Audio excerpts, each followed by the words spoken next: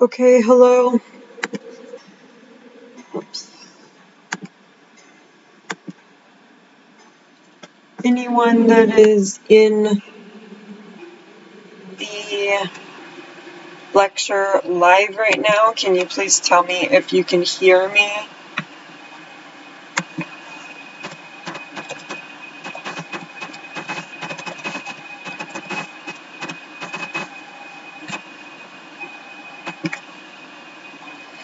Okay, thank you. I'm going to go ahead and get started. We're a couple minutes early, but I think we'll all survive. So we're going to take a break from circuits for a little bit and talk about aircraft batteries. Today we're going to cover lead-acid batteries, and I'm hoping that on Wednesday we'll cover NiCad batteries and the charging of batteries, and hopefully finish up batteries this week. So starting with lead-acid batteries, today we'll talk about what an anode, cathode, and electrode is. We'll talk about primary cell and secondary cell batteries, battery ratings, the life cycle of a battery and what affects the life cycle. We'll also talk about the construction of a lead-acid battery, and then lead-acid battery testing methods and charging methods we will get into hopefully in the second part of lecture on Wednesday, depending on how far we get through today. So electrodes. What are electrodes? What's an electrode? In simple terms, an electrode is a conductor that helps in establishing electrical contact with a non-metallic part of a circuit. Electrodes consist of two main points known as cathode and anode, which basically describe the direction of flow of current. Anode and cathode. Both are defined by the flow of current. A cathode is an electrode from which the current exits a polarized electrical device, and an anode is an electrode from which a current enters into a polarized electrical device. What is the charge of an anode and a cathode? The anode is regarded as negative in a galvanic or voltaic cell, and the cathode is deemed positive. The anode is the origin of electrons, and the cathode is where the electrons flow.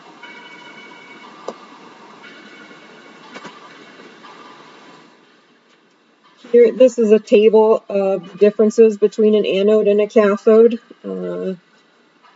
what their definition is and what the difference is between them.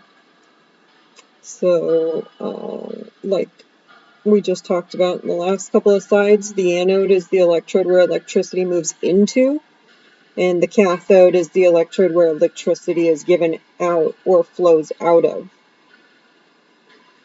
The anode is usually the positive side, cathode usually the negative side. Anode acts as an electron donor, cathode acts as an electron acceptor. An anode in an electrolytic cell, oxidation reaction takes place at the anode. And in an electrolytic cell, a reduction reaction takes place at the cathode. In a galvanic cell, an anode can become a cathode, and in a galvanic cell, a cathode can become an anode.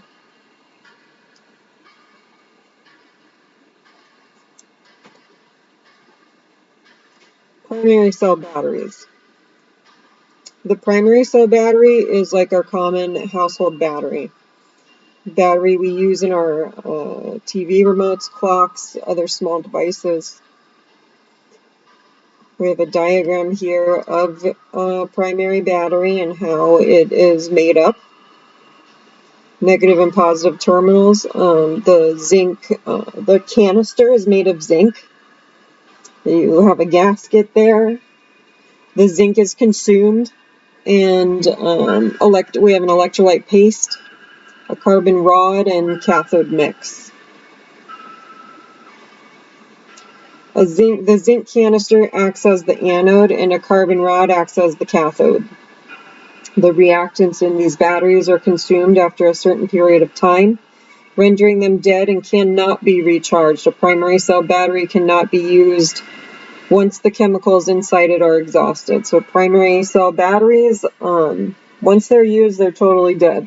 As we know from, if our remote dies, we have to change the batteries. We can't reuse those batteries. We can't recharge them. The common household, like Duracell type battery. Another type of primary cell battery is the mercury cell. The mercury cell is a zinc-mercury amalgam. It's used as an anode, and carbon is used as a cathode. A paste of mercury oxide, HgO, is used as an electrolyte in the mercury cell battery. These cells are used only in devices that require a relatively low supply of electric current, such as hearing aids and watches.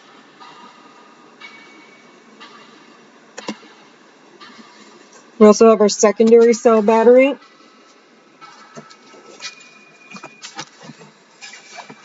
So now these secondary cell batteries can be recharged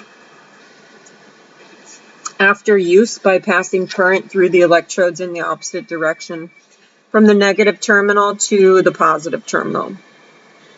A lead storage battery that is used in automobiles and inverters can be recharged a limited number of times. The lead storage battery consists of a lead anode, and the cathode is a lead grid packed with lead dioxide. Sulfuric acid with a concentration of 38% is used as the electrolyte. And another diagram of your secondary cell type battery.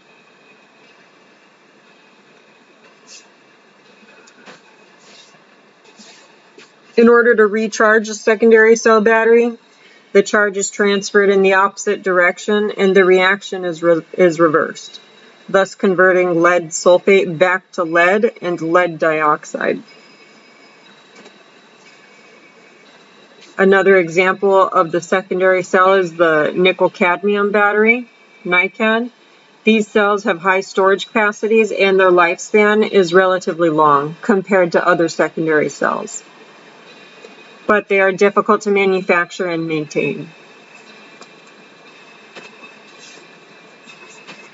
Construction of a lead acid battery. The battery is several cells connected in series, parallel, or combination. Aircraft batteries have all cells connected in series. Lead acid batteries have low energy to weight ratio and low energy to volume ratio, which makes them very heavy and large. But they do have good ability to deliver high current for a short period of time. This makes lead acid batteries ideal for aircraft engine starting. Internal combustion engines need a short burst of high current in order to start the engine. So that's why lead acid batteries are good batteries for internal combustion engines. Here's just a diagram of our common aircraft battery installed on a Cessna 152. You see right here, we have all of our cells connected in series. So this is a 2, 4, 6, 8, 10, 12. And I've put a couple of diagrams up here for you guys to see the cutaway of how a lead acid battery is constructed. In this diagram, we have a lead acid battery that contains 6 cells at 2 volts each. Each cell is rated at 2 volts. Here it's showing you the cathode, this pink area. Linked plates with grids filled with lead oxide, PbO2. We have our plate separators. And the anode, this greenish color, linked plates with grids filled with spongy lead. We also have another diagram. This points out the electrolyte acid. The acid in a lead acid battery is a water and sulfuric acid mix. When the battery is fully charged, it's about 30% sulfuric acid and 70% water. And we have our cells here that have our lead oxide, and a separator. Another good diagram just shows you the breakdown of the entire battery. Our terminals, relief valve for our acid. The electrolyte is pointing to where the electrolyte is filled in this container, and then the plates are placed inside. Construction of a lead acid battery. Most light aircraft operate on 12 volt or 24 volt electrical systems. The lead acid batteries that are used in these systems are built up from cells. Each cell outputting 2 volts and connected in series provides the desired voltage. So each cell actually puts out a little more than 2 volts, but according to aircraft battery ratings, it's rated at 2 volts per cell. They actually tend to put out 2.1 or 2.2 volts, and we'll talk about that here in a few upcoming slides.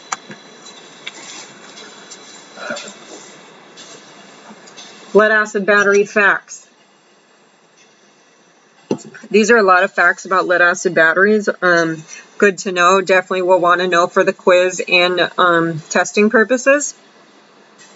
So the positive plates from the lead acid battery are made of lead peroxide. Negative plates made of spongy lead. The electrolyte fluid, as I mentioned, is a 30% sulfuric acid and 70% water mix. This is when the battery is in a fully charged state. To neutralize the electrolyte acid, if there is spilling or if you need to neutralize that acid at some point, you can use baking soda.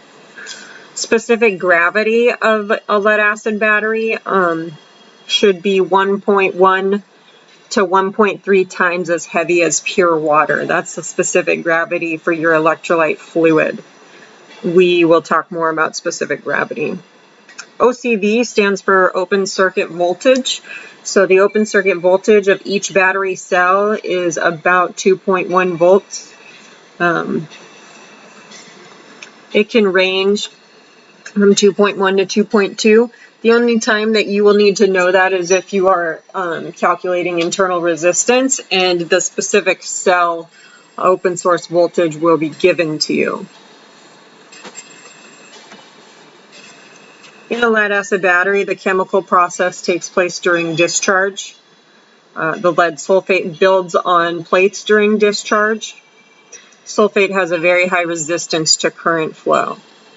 So as that sulfate builds up, creates a high resistance to current flow, and I'm sure that many of us have seen that white powdery film that comes on a really old battery, and that's sulfate.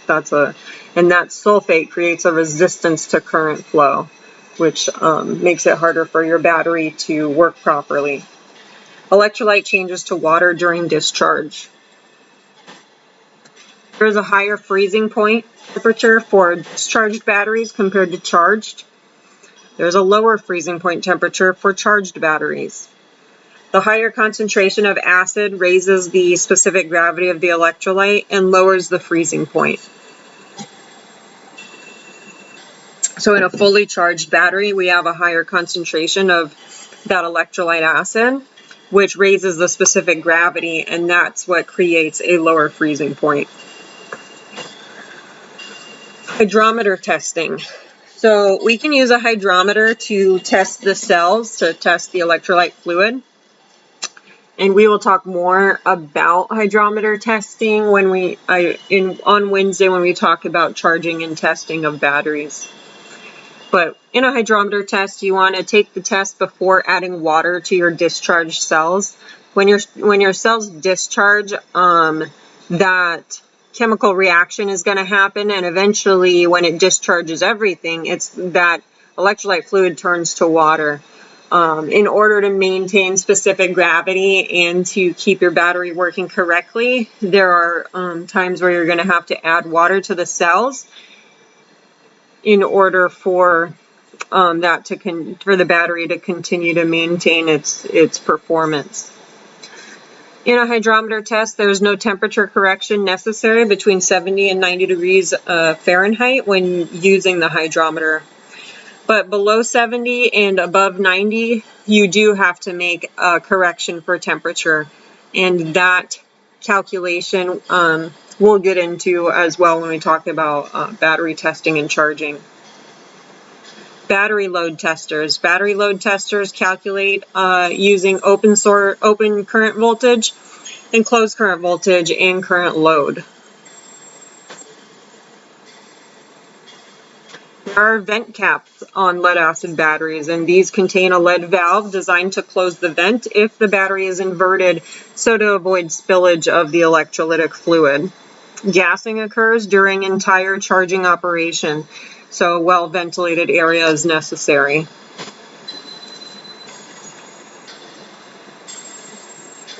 So specific gravity readings. We can read specific gravity with a special tool. And a specific gravity reading between 1.3 and 1.275 indicates a high state of charge.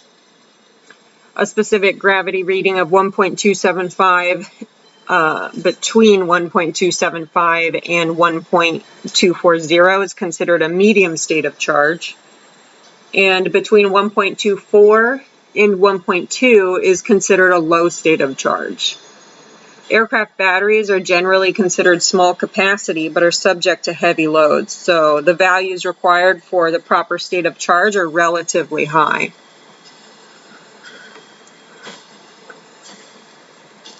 In talking about battery ratings, the voltage of a battery is determined by the number of cells connected in series from the battery.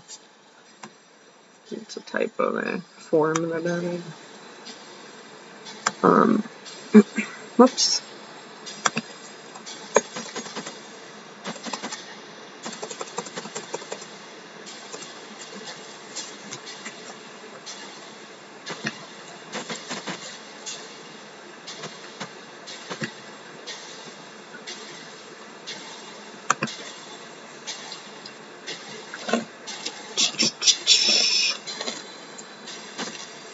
Battery voltage is determined by the number of cells connected in series to form the battery. Actually, that was correct the first time.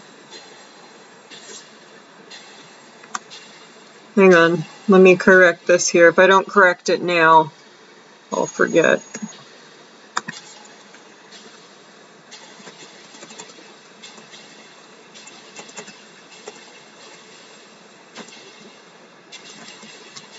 Where'd it go? Here it is.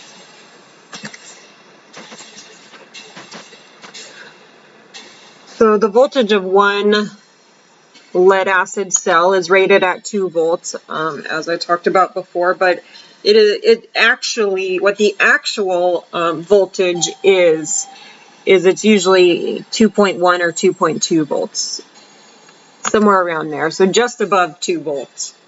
A 12-volt battery therefore has 6 cells connected in series and rated at 2 volts per cell. So 6 cells rated at 2 volts gives us our 12-volt battery. Amp hour rating. Amp hour rating measures a battery's storage capacity. It is determined by multiplying current flow in amps by the time in hours that the battery is being discharged. So as an example, we have a battery with a 1 amp hour rating. It will supply a current flow of 1 amp to a load for 1 continuous hour. Or, in the same way, it will supply a current flow of 2 amps for 1/2 hour. It could also supply 3 amps for 1/3 hour. So any of those combinations would be the supply. A battery of that rating would be able to supply that type of current for that amount of time. Any of those combinations. Amp hour output will depend on the rate at which a battery is being discharged, so at the rate which the battery is being used. Increased heavy current being discharged will increase heat in the battery and decrease the efficiency of the battery.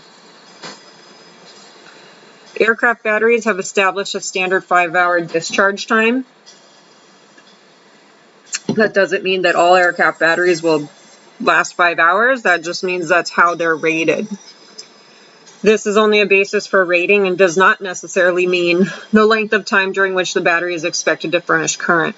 Under actual service conditions, the battery can be completely discharged within a few minutes, or it may never be discharged if the generator provides sufficient charge. Amp hour rating is determined at a 5-hour rate unless otherwise noted in regards to aircraft batteries.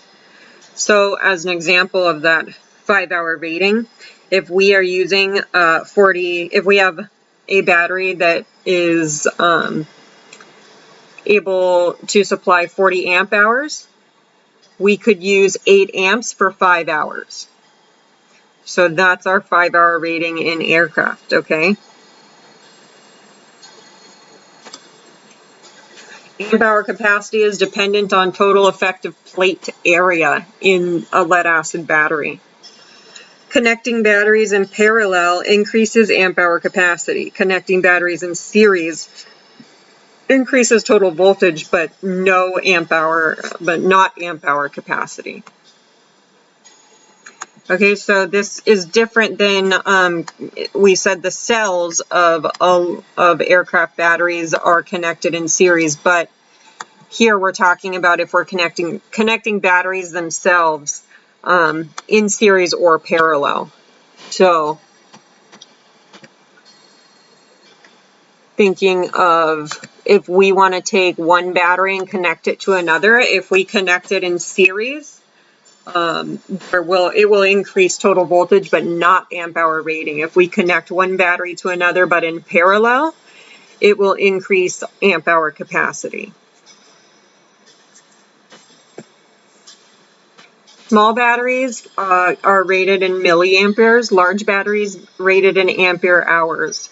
Our aircraft batteries, lead acid batteries, have a standard 5-hour rating and are rated in amp hours.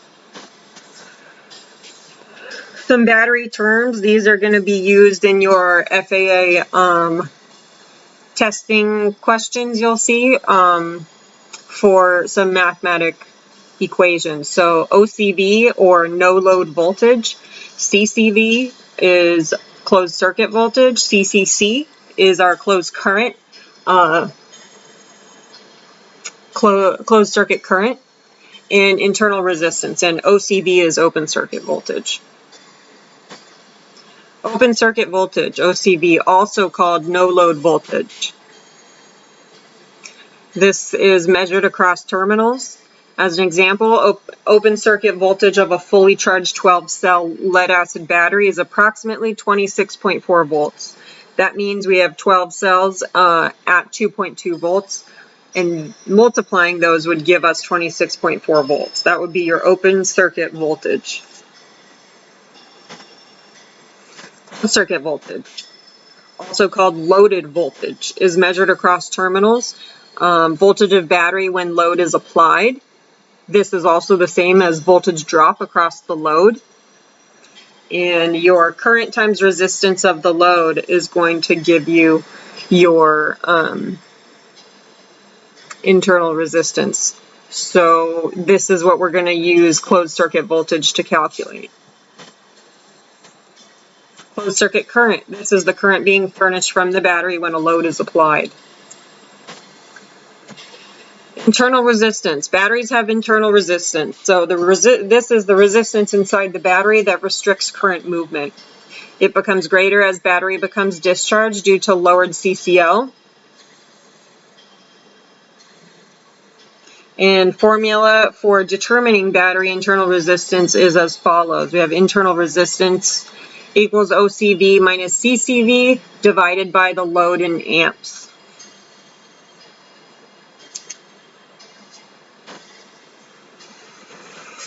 Calculating internal resistance. So here I have an example.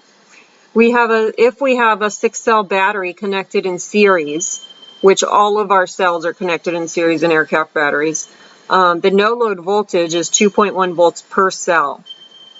If this 6-volt battery furnishes 6 amps to a load of 2 ohm resistance, how would you calculate the internal resistance of the battery?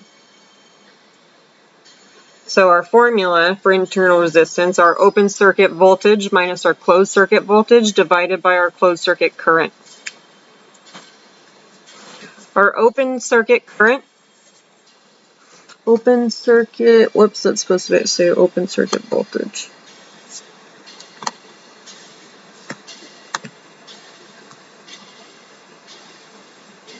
This is our open circuit voltage. Based on our equation in the previous slide. So we have our open circuit voltage is the 6 cells at 2.1 volts each. So you're going to take those 6 cells and multiply the voltage rating of the cells to get your open circuit voltage.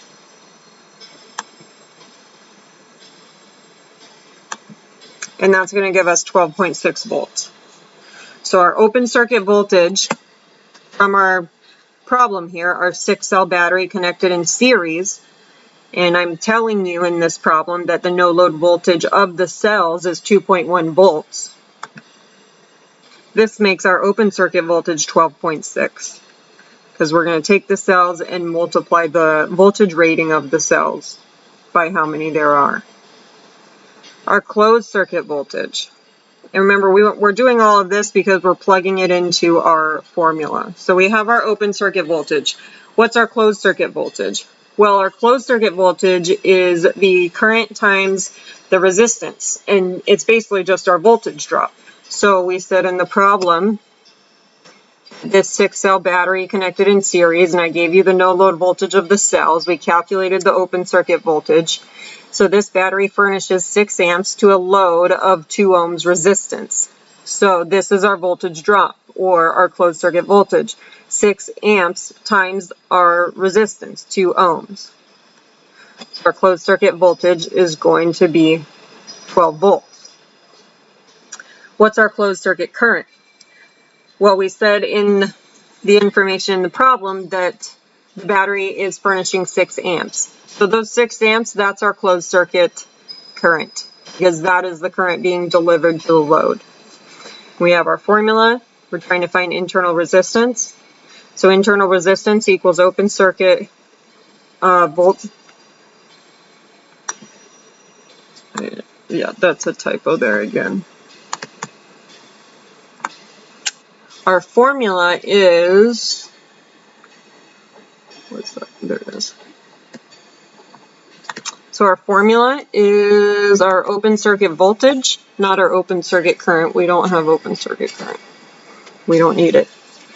Our formula is internal resistance equals our open circuit voltage minus our closed circuit voltage divided by our closed circuit current.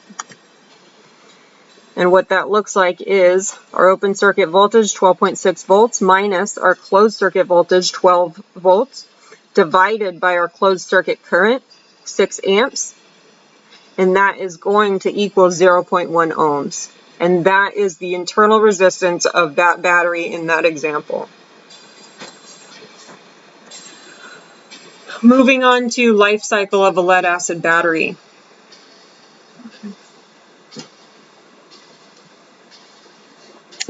The number of complete charge over discharge cycles a battery can perform before its normal charge capacity falls below 80% of its initial rated capacity.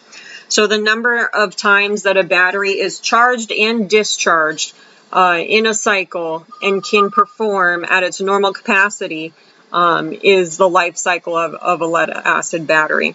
Once it starts falling below 80% of its initial rated capacity, the battery is not operating at a performance rate that that meets the standards for aviation. Factors that affect battery life cycle. There are various factors that can cause deterioration of a battery and shorten its service life. One, sulfation. Okay, so I'm sure we've all seen this before, where'd my mouse go?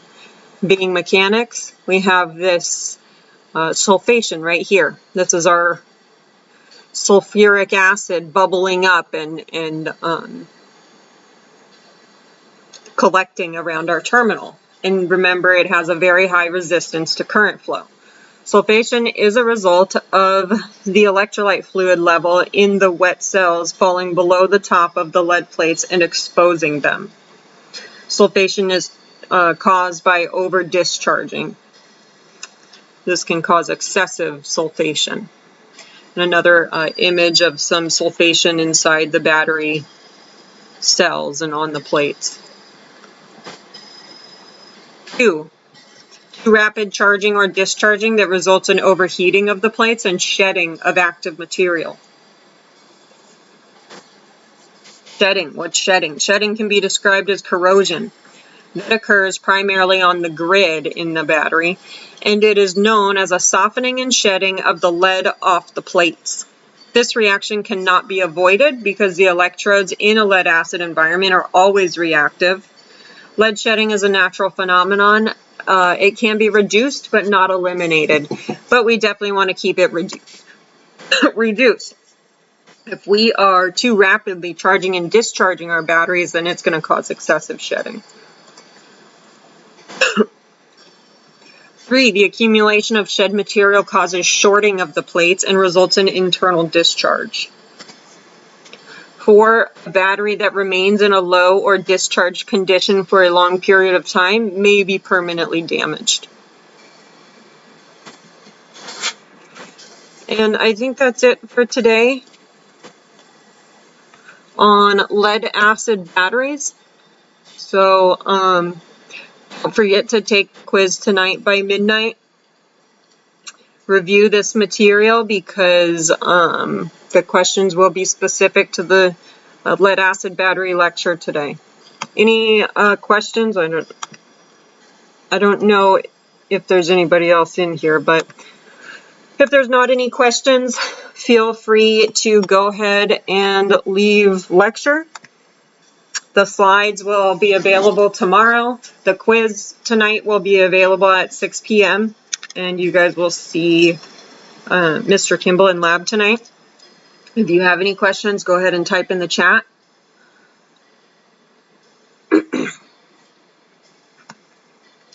If you do not, then I will see you for lecture on Wednesday. We'll be going over NiCad batteries.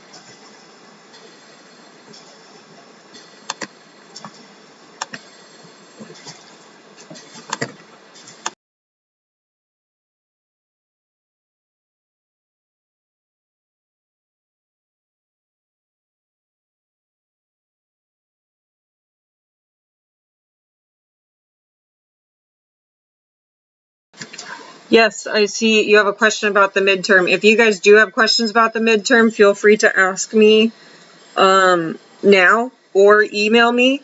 I believe that the correct answers are up on the midterm, but if you have questions or things that you would like reviewed, you can email me and I will answer those and or post those on Canvas so that everyone can see those. I have taken a look at the midterm. I will go through it and see what questions were missed the most and probably post reviews for those on Canvas. I have not done that yet, so I will do that between now and Wednesday. But if you have questions about the midterm, you can ask them now and type them in the chat. Or you can email me if you don't want to ask me in the chat. Okay?